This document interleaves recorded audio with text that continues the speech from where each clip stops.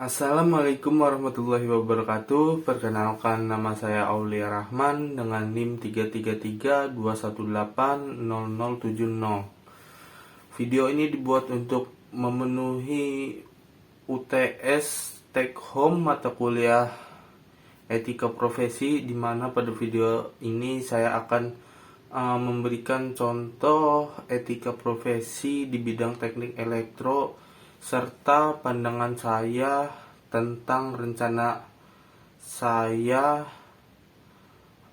menerapkan etika profesi tersebut untuk masa depan setelah saya lulus. Nah, mungkin langsung saja, berikut adalah contoh etika profesinya. Nah, contohnya itu adalah kita bekerja harus sesuai dengan standar operasional prosedur atau dengan SOP. Misalnya, pada saat ada pekerjaan penggalian kabel bawah tanah sebesar 20 kV seperti pada gambar berikut ini. Nah, di situ kita harus memberi papan himbauan, di mana papan himbauan itu bertuliskan hati-hati, ada galian kabel 20 kV.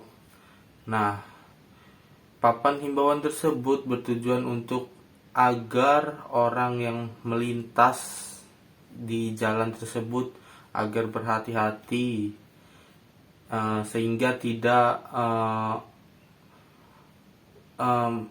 masuk ke dalam lubang galian karena kurang hati-hati. Maka dari itu perlu papan himbauan tersebut, karena papan himbauan tersebut sudah termasuk SOP dalam menjalankan kegiatan penggalian kabel bawah tanah.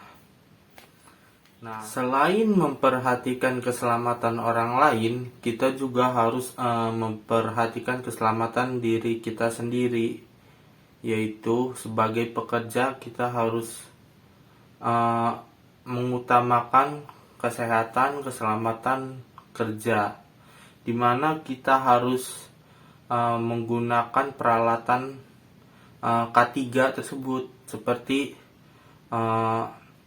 helm, agar kepala kita terjaga apabila ada benda yang jatuh dari atas atau dari ketinggian. Kemudian kita menggunakan sarung tangan agar melindungi tangan kita atau lengan kita saat bersentuhan dengan objek yang teraliri oleh listrik. Kemudian yang mana sarung tangan itu mempunyai sifat isolasi ya. Kemudian juga kita harus menggunakan kacamata, menghindari dari percikan busur listrik. Kemudian kita harus menggunakan sepatu safety agar kita tidak kontak langsung dengan bumi gitu.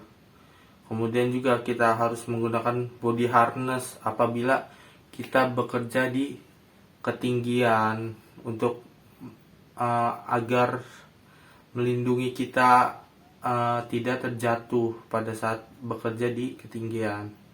Nah, itu sangat penting untuk melindungi kita dalam bekerja.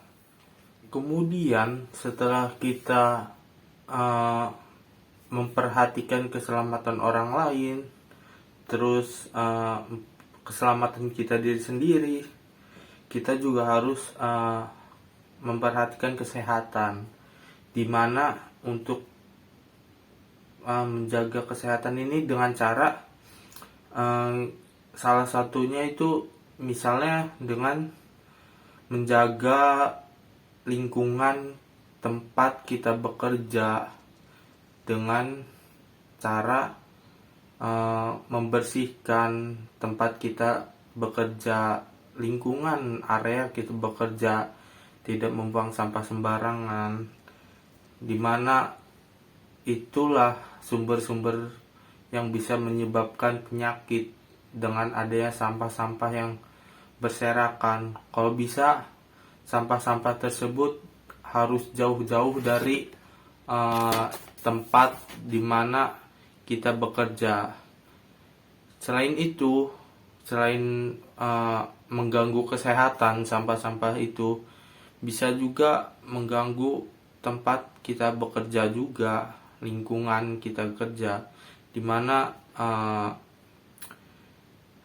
akan timbul di mana hewan, yaitu seperti tikus, bila ada sampah banyak akan menimbulkan hewan tikus, di mana hewan tikus ini akan bisa saja menggigit kabel.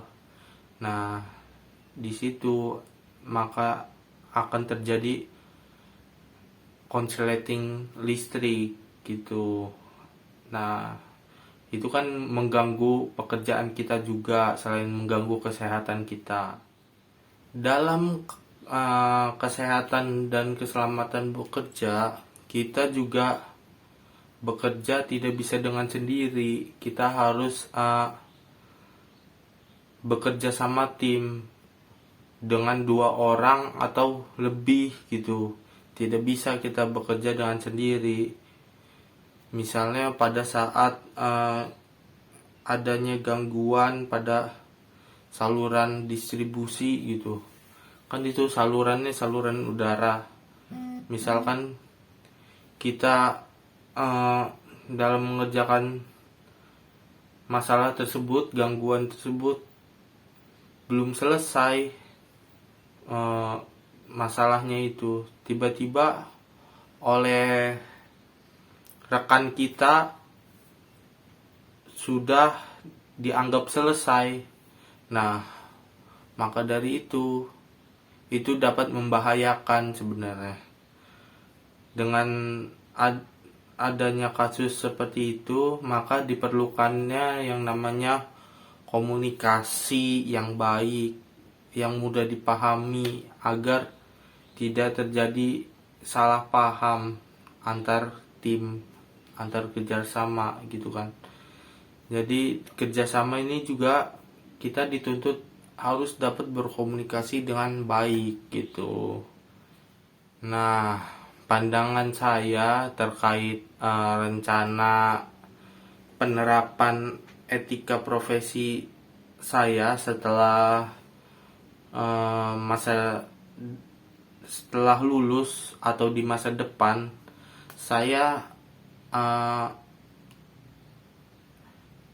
akan melakukan sebuah, dalam bekerja itu sesuai dengan SOP, sesuai dengan standar operasional prosedur, dan kita juga mengutamakan kesehatan, keselamatan, dan bekerja. Jadi kita selain bekerja sesuai dengan SOP, kita juga mengutamakan dengan K3. Kemudian kita juga harus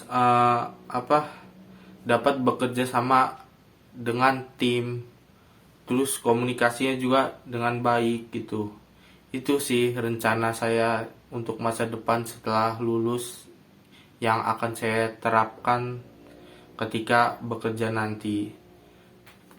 Nah, mungkin itu saja pemaparan saya terkait etika profesi di bidang teknik elektro serta rencana penerapannya. Kurang lebihnya mohon maaf apabila ada kekurangan atau kesalahan kata dalam berucap. Wabillahi taufik wal hidayah. Wassalamualaikum warahmatullahi wabarakatuh. Terima kasih.